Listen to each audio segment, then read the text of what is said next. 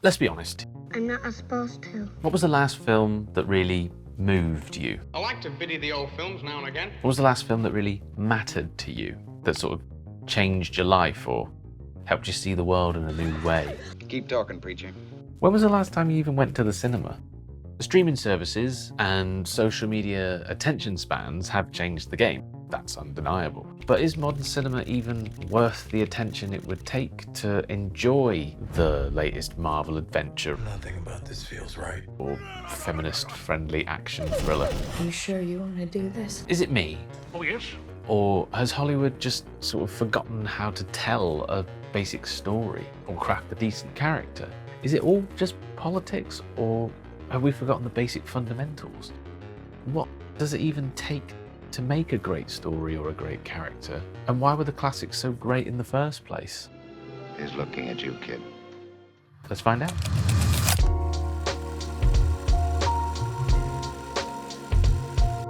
Before we dive into how a great story is told, we need to ask, what even is a great story? It sounds simple, doesn't it? It sounds like something we should all sort of fundamentally know.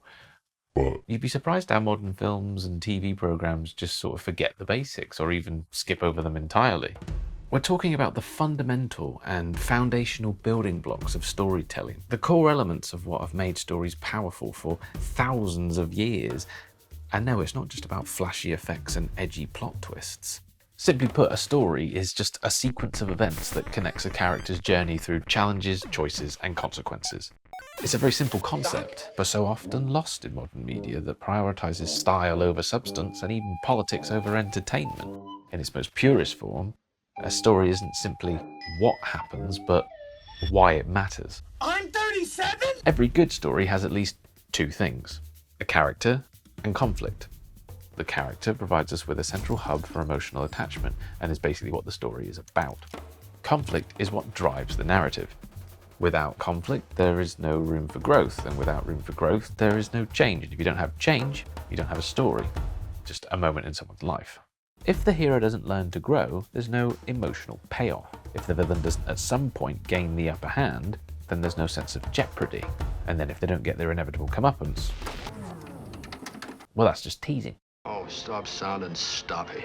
Here's another thing. Story needs structure. You need a beginning that captures the audience's attention, a middle that develops the conflict, and then the ending, which gives us the big emotional payoff.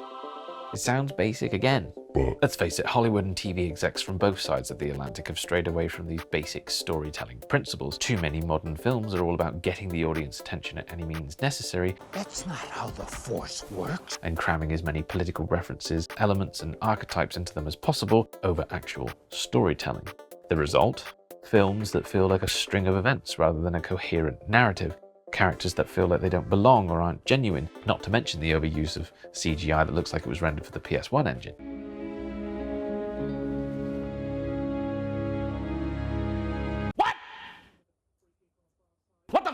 It's not hard to see why modern media isn't resonating with audiences. Essentially, we want to be entertained. We don't want to be battered with, to quote The Drinker, the message. It's getting hard enough to capture people's attention these days, and it's getting harder every day. And so Hollywood needs to understand that if we give them our attention, if we give them our time and our money, they need to give us something special in return. We need to go on those journeys we went when we were kids. We need to see those characters grow and develop like we did when we were younger. Those characters meant something to us. Those films helped shape our lives. And by not providing those narratives and by forcing political agenda on us, it just turns us off. It just turns us away. It just makes good business sense at the end of the day. We were captured by Hollywood when we were younger. We were captured by TV shows, and we still watch them now. So if you make good stuff now, we'll watch it in the future. That generation coming up now will watch it in the future. If you make crap, no one's going to pay attention now, and definitely not in the future. None of your cheek! Let's look at a narrative that got everything right. Take Lord of the Rings, the classic tale by J.R.R. Tolkien. The epic journey of Frodo Baggins is the perfect example of how character, conflict, and structure come together to create a masterpiece. From the moment he's called to action, every challenge Frodo faces is a reflection of his internal journey. That's what makes it so powerful. For example, one of Frodo's most profound moments of internal struggle happens in the Two Towers, during the scene with Gollum at the Dead Marshes. Gollum serves as a reflection of what Frodo could become, a slave to the ring's corrupting power. Frodo shows empathy for Gollum at this moment, recognizing the torment that the ring has caused. But this connection terrifies him because it mirrors his own fears of losing himself. It's this kind of struggle that makes Frodo such an interesting character. We all have to navigate tricky situations, we all have to battle temptation, we all have to manage and juggle our own expectations and the expectations of others. But more than that, let's face it, who doesn't want to see the underdog or the unlikely hero succeed? We all want someone to cheer for, especially in a world where villains often triumph while heroes struggle.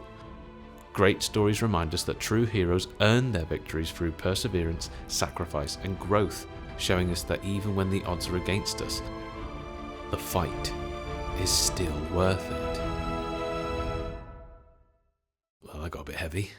Anyway, if we can remember these basics, character, conflict, structure, then we'll be on the path to telling great stories. If we don't, we'll end up with a lot of flash and noise but no substance.